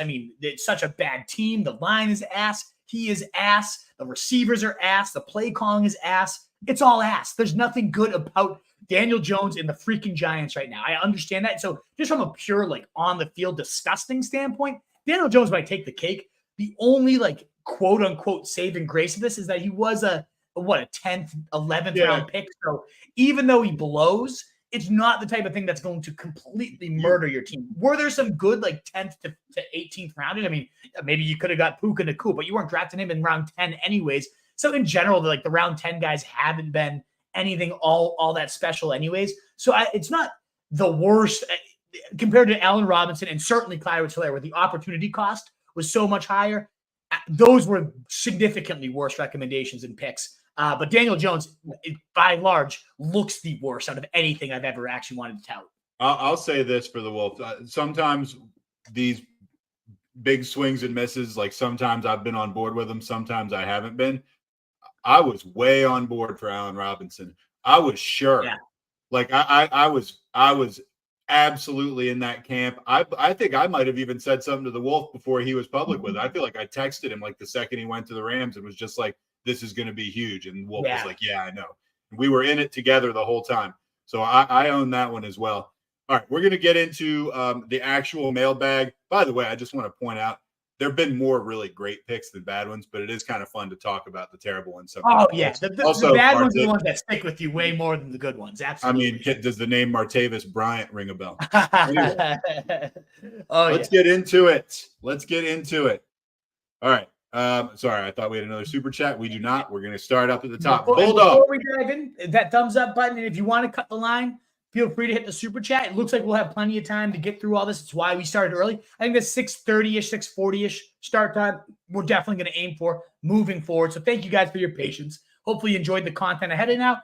Get all the questions in. Let's let it rip, baby. All right, Bulldog. Hey, Wolfpack, please pick one half-point PPR. KJ Osborne, Garrett Wilson, Zay Flowers, leaning towards Osborne. This is tough because you got two of the guys that I'm significantly higher on. And actually, I'm actually +7 on Garrett Wilson as well. So you got three guys that I really do like, Bulldog. To me, I can't bench Zay Flowers. I think the matchup with Tennessee is too good. The usage continues to trend the right way. And all those stats I cited for Osborne are still very relevant and true. But he actually, in the games he's seen 6 targets or more this year, hasn't quite lived up to those were from 2021 and 2022, those 6 target games where he was lighting it up. So I don't know if something's different. If he lost his head, that doesn't make sense. He's still pretty young. I still believe in Osborne, and I could totally see against Chicago, the number 1 guy for Kirk Cousins, maybe. I could see that. But to me, it's got to be Zay Flowers. I'm a big Zay Flowers believer. The fact that he's at almost 30% of the targets and is improving the type of routes he's running, I think he's long overdue for that touchdown he's going to get this week.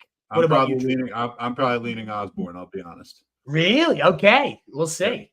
All right. Sebastian says, flex one, Judy or Javonte or both. Mike Thomas is the other option. Oh, yeah. I don't like any of these options. I'd probably lean Mike Thomas. Yeah. I mean, so he's got to start 2 of them. So, Jesus. I know this is not pretty. I do think you can't go both Broncos tonight because you're just setting yourself up for disappointment against the Chiefs. I think Judy probably is the play here because, one, they haven't loved feeding Javonte anyways. He hasn't looked healthy. His first game back from injury, a little bit risky there. Whereas Judy, we did see 7 targets, 6 catches, 50 yards. Didn't do a ton with it last week, but that was against the Jets, a lockdown type of defense. I could see Judy, especially the fact that they might want to be showcasing him for a trade. It seems like it's going to be a fire sale there in Denver. So this could be like, let's throw as many balls in Judy and Sutton's direction as we possibly can tonight. So I think I go Judy and MT there. I can't do both Broncos. That's just too gross. I don't know that either perform, and I certainly don't want to take the risk that both somehow perform tonight. So I'm going to go Judy and MT myself. Agree.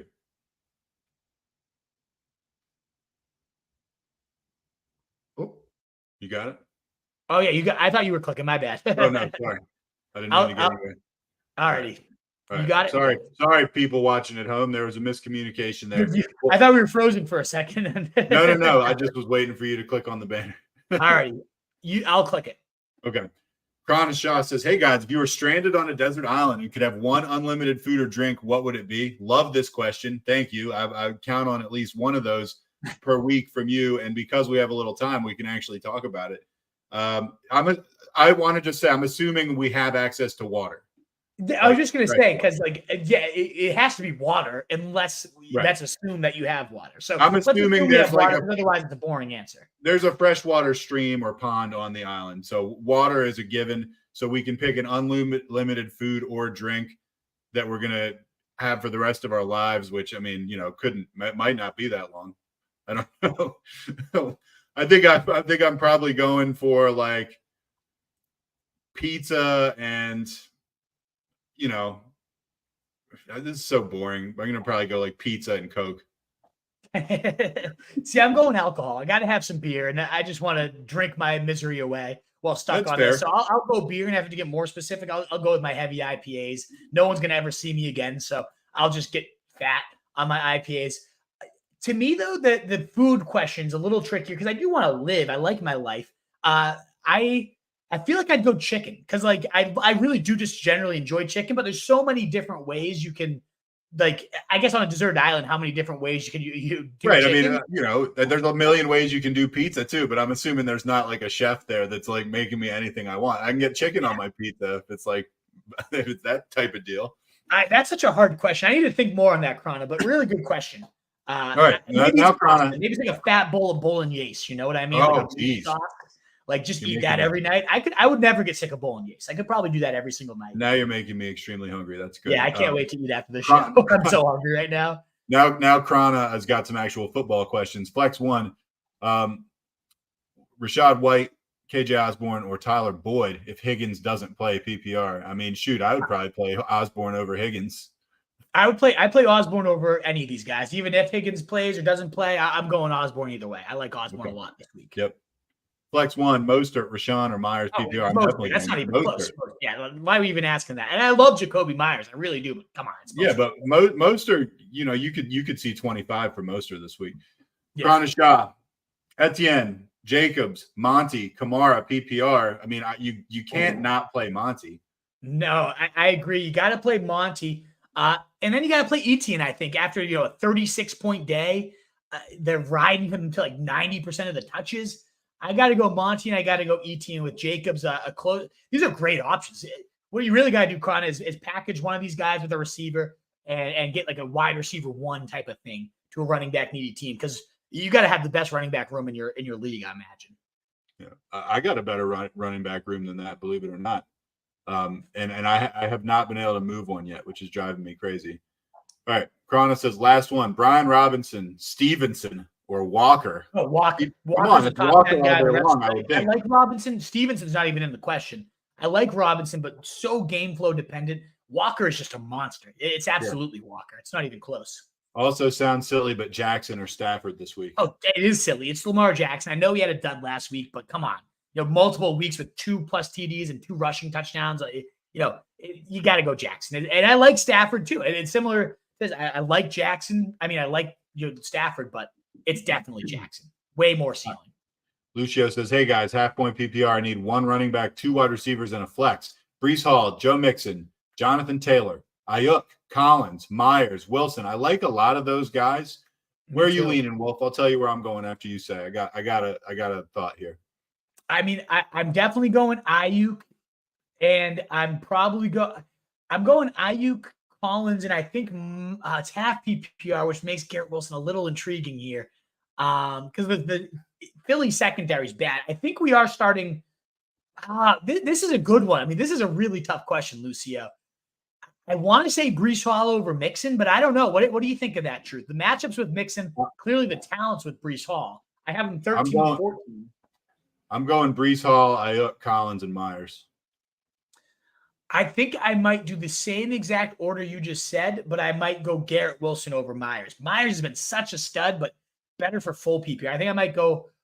I still think I'm going to agree with you with Hall over Mixon. That's tricky. It is really tricky because the matchups are completely opposite, but the talents are also completely opposite. So I think we bet on talent here. It's really tough, Lucio. Safer is probably Mixon. He's less chance of getting completely blanked. Man, that's hard. This is really fucking tough. This is a tough one, Lucio. You're putting it in a blender. You can't bench Ayuk. You can't bench Nico Collins, especially with Tank Dell out. And I like Garrett Wilson a lot against an Eagles secondary. That's how they're probably going to move the ball. I do think Breece has a good chance to get a screen, get broken. He's just so explosive. So I'm going to go Breece there. All right. We agree on most of them. I think so. Ryan Hemming says, hey guys, I need some trade advice. I'm a 4-1 team. I get Godwin and Henry for Spears and Lamb. Thoughts? I'm okay at wide receiver, to be honest. This is a PPR question. I mean, I think you win the deal. Because clearly Henry over Spears, love it. Lamb's clearly over Godwin, but if you're set at wide receiver, that could be fine. I think so. The thing is one of those two, Henry or Spears, they have the easiest playoff schedule. So whoever's the starting running back is going to be a beast down the stretch. Of course, Henry, if he's the starter, would be a monster there, but Spears really could be too. I'm worried about Henry hitting the cliff. I know you are a Henry owner. How are you feeling about that? I'm worried. These are famous last words. I have a hard time believing that he is going to lose his job this year. He won't lose the job. He Right. would have So to when you say who's the starting running back in the playoffs, well, barring injury, it's going to be Derrick Henry. Yes. And it, although, shoot, I've written 2 articles about the intrigue of Tyjae Spears, so I'm well versed in this, but it's just like in a vacuum, I'd still way rather have Derrick Henry right now. I know he's been underwhelming, but the fact is he's Derrick Henry. And so yes, I'm certainly worried. I've certainly been underwhelmed. But if I'm going to swap these guys in a trade and I'm going to end up with Henry, I'm probably pulling the trigger on that. The only reason I'd say I'd pull the trigger is if you're that set at wide receiver, because I really do think Lamb's about to go on a tear. His schedule gets so much easier. The Cowboys they've either been blowing teams out or they've been blown out. So it's just kind of been a shit show there. So I really think Lamb is the best player of this deal. So typically I'd say stay with the Lamb side. But if you're that set at wide receiver, then sure, you can do this. We do have a super chat. So let's Omar always coming through with the super chats, man. Thank you so much for your support, brother. It really does mean a lot. Omar's a very consistent super chat guy. We really appreciate it. He says, hey, Wolfpack, one flex spot to fill between Judy, Zach Moss, and Mike Evans. Full PPR, by the way. Watson not likely to play if you have not discussed. We did discuss it. I said he wasn't going to play. Wolf said we'll see. And I got to say, though, your flex spot, I feel pretty confident in my answer. What do you think, Wolf? Yeah, so I will just say, Omar, if you get a chance, I'd rewind to our news section where we did talk about Watson. He's a Cleveland fan himself, and we just we ripped a new one for Watson. He is such an absolute loser. I would love to know in your commented, what are your thoughts on Watson? Because I think he is the biggest tool bag in the NFL, quitting on his team. How could you ever want to be a teammate of him? How could you ever want to be a Browns fan while he's the quarterback?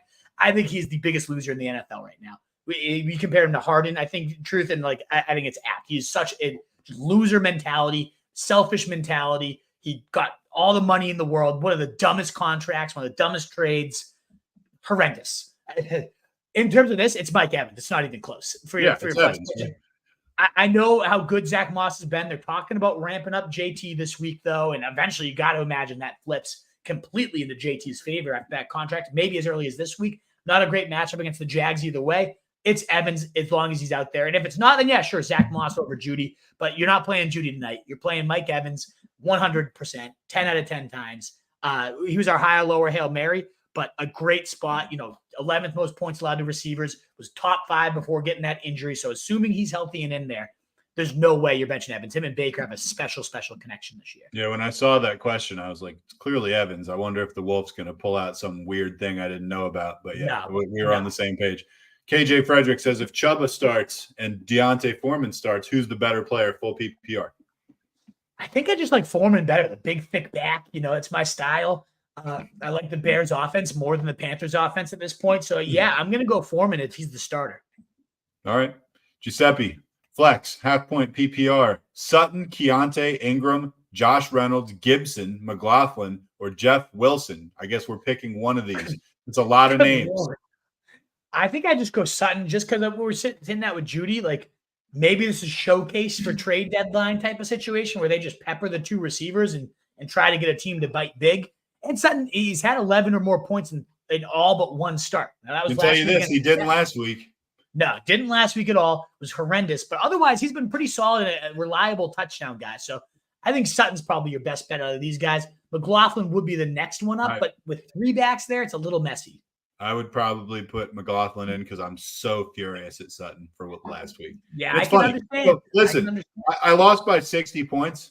If I had put in Sutton and he did decent, I'd have still lost by 50, and I'm still just furious. You know how it is? It's like it wouldn't have mattered, but I'm just so mad. It still hurts to see.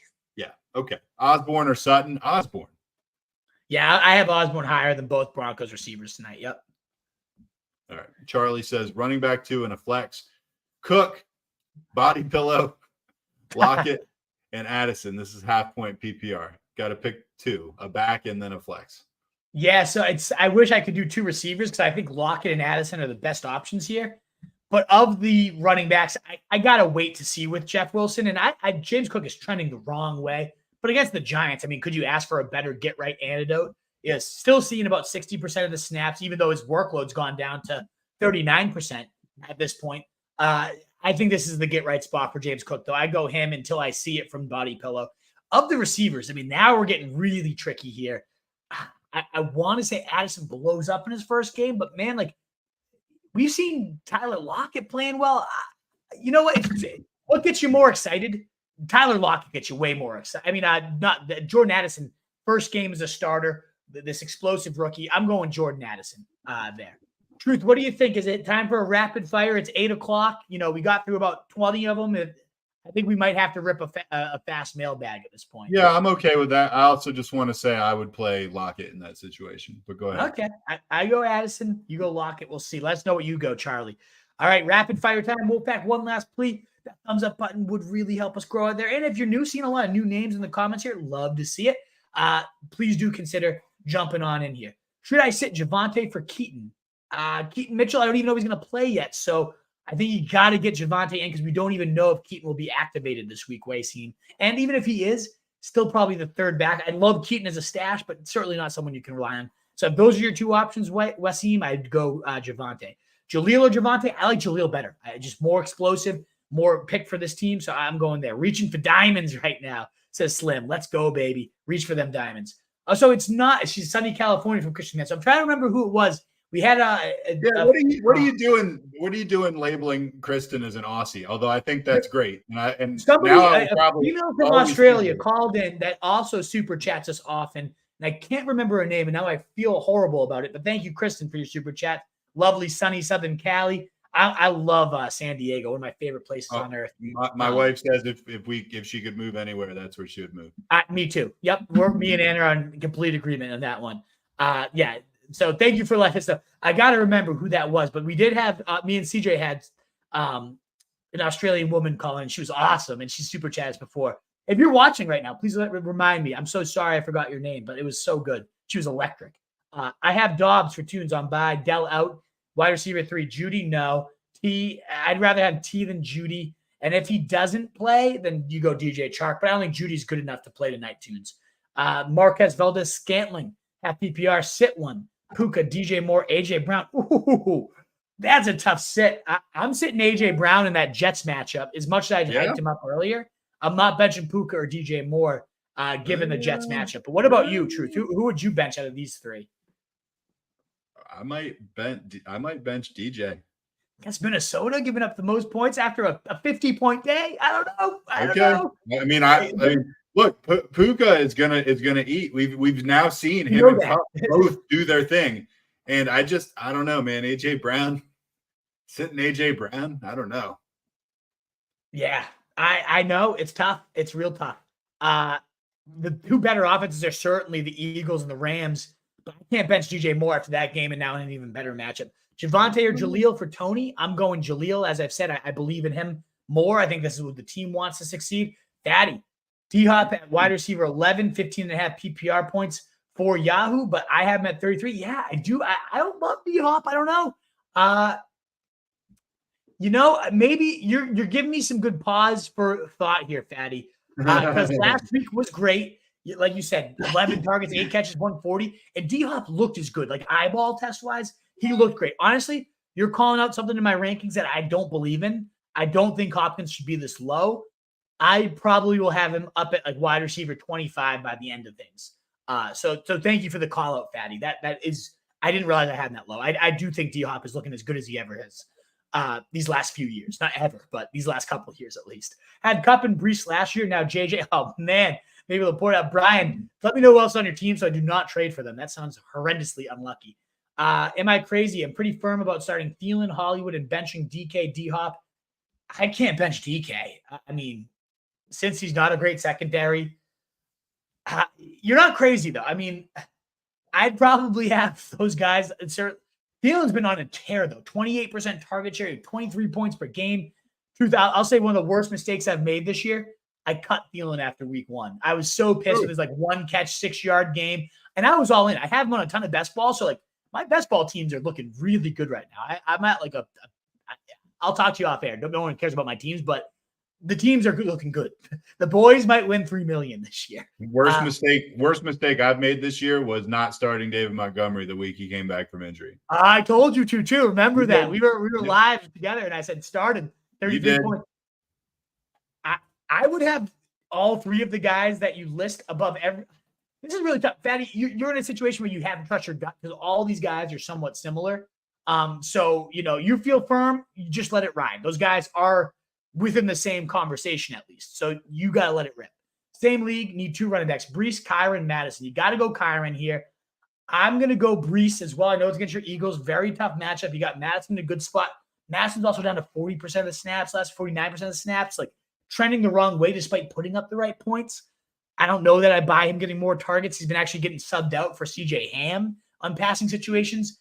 I got to just roll with the talent of Brees Hall there. Pick 2, 1 flex, 1 receiver. Ayuk, Higgins, Gabe Davis, Jeff Wilson. So I got to go Gabe Davis and Ayuk there are the other ones I'm rolling there, Giuseppe. Pretty clearly for me. Lost Jay Jets, offered Olave and Osborne for Burrow. Yeah, absolutely. Are you kidding me? Please give Burrow up. Like, Burrow's nothing. Yes, Roberto. Absolutely. Hammer that deal. 10,000 times. Russ or T-Law, you got to go T-Law there. The Colts secondary is absolutely abysmal. So I'm Joe Santo going T-Law. No questions asked. Need to drop one. Kareem, Foreman, or Pirine. I don't know that you have to hold on to Pirine at this point. I don't know that you have to hold on to Kareem either. I'd drop either of them. I'd probably drop Pirine first, I guess, but you don't need either.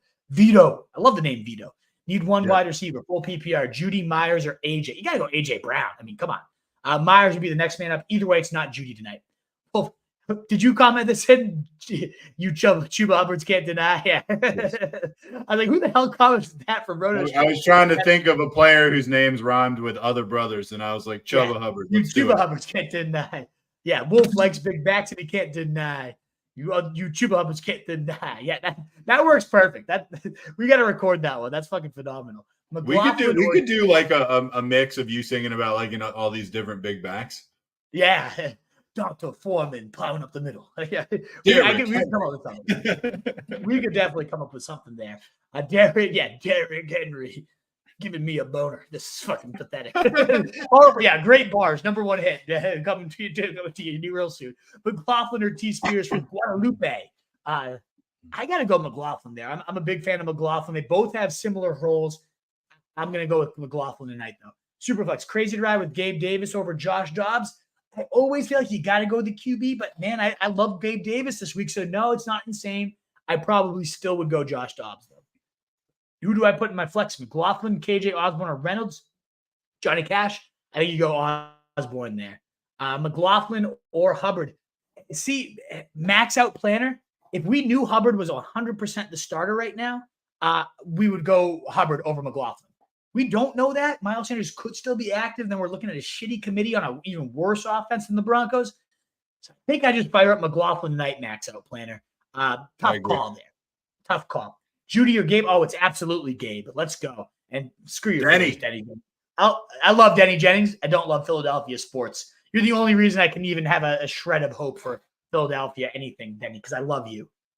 Don't like anything else about Philadelphia sports. What's up, guys? Jeff Lee, our hero. What's up, brother? Love Jeff. He's on a $50 super chat earlier. I mean, what a legend this guy is. We agree from Calvin Ridley. He benched Calvin Ridley last week for like garbage. I can't imagine how. So these are now we're talking some good options here. Ridley, Addison, Flowers, and Osborne. I can't sit Zay, though. I really can't. I get the London concerns. Tennessee, bad secondary, running a great route tree right now. He's due for an explosion.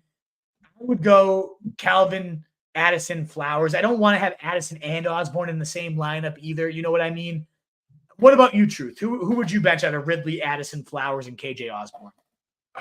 I feel like this is such a hot take, but I might lean Ridley. Come on. No. Yeah, I won't accept that against the Indianapolis secondary. He roasted for like 30 fantasy points in week 1. No, thanks. I'm benching KJ Osborne. I can't have both of the Vikings guys. You like Addison more than KJ Osborne? I do. I kind of don't. I love the rookie. He's so damn explosive. Yeah, but like you saw those numbers on KJ Osborne. Like when the guy gets 6 targets, he eats like all the time, and he's gonna get 6 targets. You He's think gonna. Addison? You think Addison's just going to blow up even more? I Than him? do. Yeah. Okay. So, but I you're do. saying you can't bench Zay. No. Well, who's left? Ridley. You're playing at you. He wanted 3 of those 4. So you're doing Addison, Ridley, and Flowers. Yeah. Oh man, I can't bench Osborne there. I can't. I'm benching Osborne. I love it. Beers up, boys. Hey, Danny James, I'll finish this one for you. Nice. About Miller. 5 minutes from kickoff, Wolf. McLaughlin, Hubbard, Jahan Dotson, Justice Hill need 2. I would go McLaughlin and probably Hubbard if he's starting. If not, maybe you pivot to Justice Hill. But yeah, you put McLaughlin in troop poop tonight. Troop poop. Funny name. Jaleel or Javonte? I go Jaleel. I really do prefer Jaleel over Javonte at this point. Don't have a question. Just want to say I love the channel. Hey, thanks, Midnight. That's really impressive. Appreciate it. I really appreciate you just popping in, saying some kind words. Everybody else out there, thumbs up. The world likes subs. We're getting a lot of those comments on our videos. Like, you guys are great. I wish you had more followers. Like, it's awesome. I'm happy that people are enjoying the content that we put out and that we're helpful for you guys. That's all that really matters. RBs need 2 or 3. Damian Pierce, Alexander Madison, Tajay Spears, Keontae Ingram. I'd go Madison as my first tier and then probably Pierce. I know he's not great, but a good source of volume and a pretty good offense. Can't disagree on offense. People who didn't already hate him are quick. Yeah, you have to sour on this guy. Exactly. Njoku playing with a half of a face right now, and Watson doesn't have any clear structural. What's weird is like they're kind of leaking like Watson could have played and he's choosing not to. There's just such a clear disconnect between like the organization, Watson, everything around it feels like they know they screwed up. They know they screwed up at this point. Like we all knew at the time it was a crazy thing for them to do. They know it now too. So I expect like the backhanded PR stuff to continue. And as you're saying here, Omar, like he's clinging to what he used to be. This is not Watson anymore. It's been years and years and years since we saw that. Also, I love the fat Sean Kemp comp. I love that. It's perfect. That version of Sean Kemp. I think it's a great comp. Jin 23, Puka and Achane for Tyreek. I'd rather have Tyreek there. So I can't analyze that whole trade with a kickoff almost here. Jin 23. Shoot me a DM, and I'm happy to talk more, though, at Rose Street Wolf. Jake Jones need 2 to start. Samuel, McLaughlin, Sutton, DeMarcado. Here I'm leaning, I think DeMarcado. Oh, man, that's tough. All kind of like gross but yet sexy sleepers here. I kind of like getting McLaughlin, and I don't know. I just love the player. I think he's a baller. Me too. Then I can't have 2 Broncos, even though I like Sutton a little more than Samuel. I might just toss Samuel in there. Unless we get word that DeMarcado's the starter, because I really believe in the player.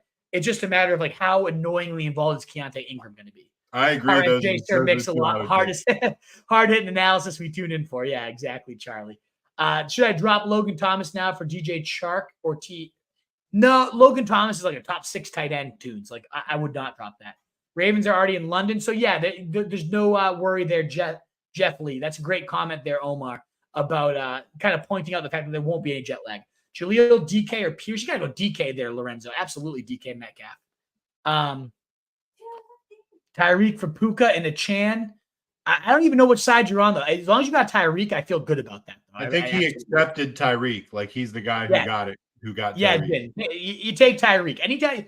That is not too expensive for Tyreek by any means. Like that, you crush that deal. And I love Achane and I love Puka, but like Tyreek is just God. So as long as, and I like Puka and Achane. So honestly, I like both sides of that deal, but I prefer the Tyreek side typically. I want the best player. Should I start Jaleel? Honestly, yes. It depends on your option, Tyler, but yeah, I like starting Jaleel tonight. I really do. Spears, JT, Ford, Judy, flex 2 for tunes. JT and Ford. And Logan Thomas and Andrews at tight end. Yeah, I don't know. Come back on Sunday, tunes. We'll figure this one out. That's an intriguing one. But I'm not playing Judy tonight either way. All right, Wolfpack. I thought that went good, Truth. Starting 15 minutes early makes a world of difference. We can slow down, answer a few really in depth. I like that. That was a nice show. Yeah, I want to be able to answer the non-football questions when they come up because it's fun to just talk about that stuff. And when we're pressed for time, we have to skip them sometimes. So glad we got to those. Yeah, Krana always brings the heat questions with those non-football ones. And I appreciate you guys want to know more about us than just who should I start. And maybe only 1 or 2 of you out there really care about that. But, hey, it makes us feel like more human beings. So, Wolfpack, thank you so much. On your way out, if you haven't hit that thumbs up, please do. You can check out rotostreetjournal.com my rankings, all my content. Sub to the channel if you haven't already. It is in podcast form if you prefer that as well. And Tyler Long, why don't we answer this one for you? Although it's probably too late for you. It's popping up at 8:15, so I don't know if you'll be able to make a move. Jaleel, DeMarcado, Pierce, Amari, or Wilson. Need 2 running backs and a flex, so it might be too late for you. I like Garrett Wilson if that's the Wilson you're talking about. I don't know if it's Jeff Wilson, Garrett Wilson. Of the running backs, I'd probably go Pierce and Jaleel of those. So you need 2 running backs. Those are the 2 running backs I go. And if it's Garrett Wilson, I go Garrett Wilson at flex. And Bulldog saying it's a great show indeed. Thank you, brother. Bulldog's like the first one here and last one out. The exact type of guy you want in your locker room. First one in, last one out, as is Charlie Menelakis. Thank you guys so much. You guys are the best. That's why we do it. In a world for fantasy sheep, guys, be the wolf. Later. Later.